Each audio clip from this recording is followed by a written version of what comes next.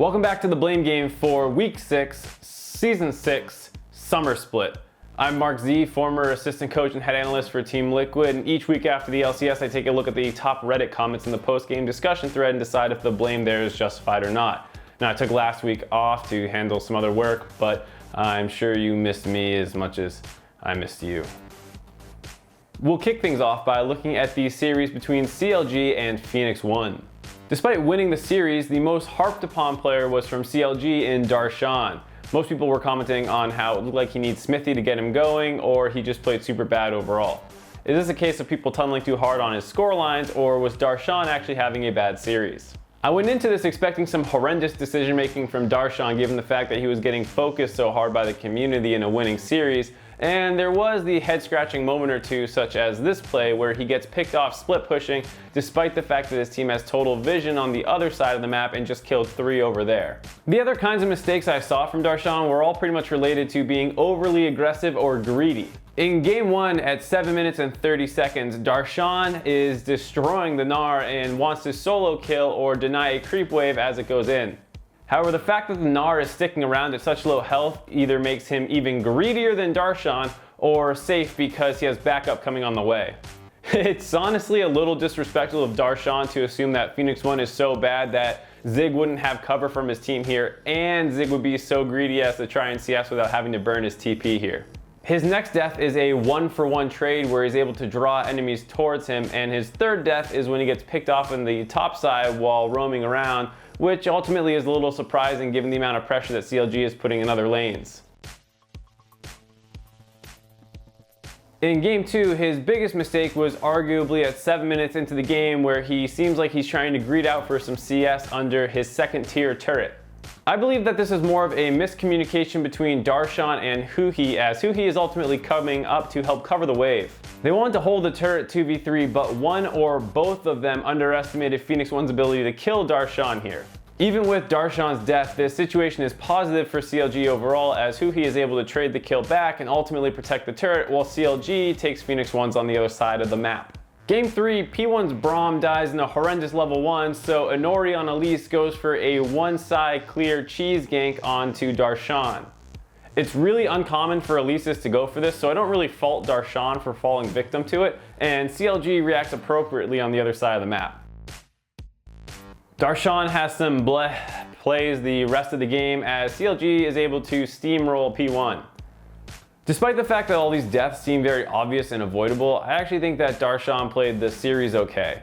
He played Aurelia into Gnar all 3 times, which is a good matchup for Aurelia, and he was able to super pressure the Gnar at all points in the game. The Gnar couldn't get going in lane or out of in team situations because he was either chunked out or pushed in. Now obviously he needs to pull back his aggression at certain points, which a lot of top tier players do, but I'd rather have a player making mistakes from being too aggressive and getting punished than not playing aggressively at all and getting nothing done. I wouldn't agree with people who say that Darshan sucked this series or he needs Smithy to get him going, but I would agree with people that he needs to pull it in a little bit and get more consistent. The other topic I'll hit on this week is Keith from the Team Liquid vs Echo Fox series. The Echo Fox blame train stopped off at the Keith station this week as people were saying that he's an unfit carry for the LCS and gets picked off way too often. There were also some comments about why would Froggen bother roaming for Keith, and I figured I'd lump all these together and address Keith's role in this series.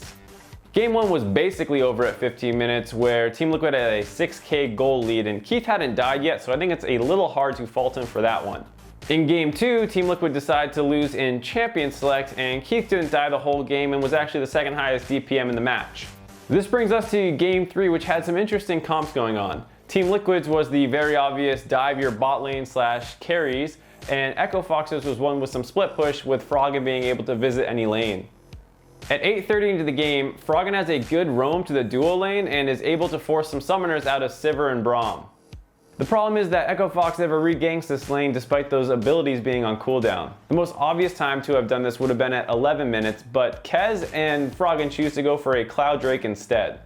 Team Liquid's duo is extended in the long lane top, and it would have been pretty easy for Echo Fox to swing behind them here and pick up some kills. Cloud Drake is really not going to have that big of an impact on this game, especially when compared to how a repeated roam could have broken this game open for Echo Fox. Top teams punish summoners being down with repeated ganks over and over, and missing this opportunity is game changing.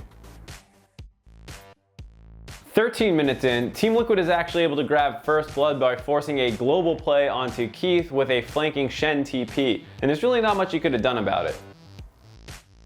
The next critical decision for Echo Fox comes 15 minutes into the game, and I want to pause and really examine the game state here. The gold is even between the teams as Gnar has a summonerless Shen pushed into his turret, and Sivir is in the middle of the top lane but has her summoners up. Froggen is about to finish pushing in mid lane uncontested, which means he has two options on where to roam in this situation. Going top protects Keith from any potential Team Liquid aggression, but is less likely to net a kill, whereas going bottom might get the kill on the Shen and hopefully snowball the Gnar matchup. So what does Echo Fox do? Neither.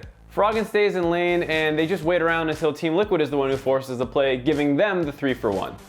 I don't think Keith's an all-star or anything, but blaming him for that last game is totally unfair. It basically comes down to the fact that Echo Fox isn't able to use their comp at all, and swapping between, say, Fabi and Keith wouldn't have changed how that series worked either. I don't think it's fair to say that Froggen doesn't want to bother roaming for Keith either, as we've seen him try it before and it's clearly the right thing to do in this meta. It would make Froggen a horrendous teammate, and I just can't believe that's really the case. What I think is that Echo Fox just isn't that good of a team and isn't sure what to do when they have chances to make plays. This week's High 5 Comment of the Week segment is sponsored by Summoner's War. Summoner's War is a mobile, free-to-play, turn-based strategy game, and it's super addicting. I've actually been playing for about a year, so it's pretty cool that I was able to get sponsored by them, and I know a number of people in the league scene have been addicted to this game at one point or another. One of my favorite things is that you can automate battles so you can play and progress while doing other things, so I'm pretty much always playing even while editing and scripting. If you want to try the game out or just support me and the Blame game, then there's a link in the description below, and I'd really appreciate it if you check it out. The high five this week is going to Finally Given In for his comment in the TSM vs Apex thread, which really has it all. Memes, analysis, what else could anyone want? I guess you could want the memes in the analysis instead of two clear sections, so I'll only give this one a B+. That grade might seem a little harsh, but it's only because I truly believe in you and you can do better. That's it for this week's Blame game, and I hope it's enough to make up for the lack of an episode last week. Hopefully I'll be doing more of those secondary streams on Riot's Friday broadcast where we only look at one position, and I'll be doing more Analyst Desk as well, so look out for me there on both of them. Until next week. Once again, I'd really appreciate it if you could check out the link in the description for Summoner's War. It's free to play, so give it a chance, and who knows, maybe you'll end up hooked like I was.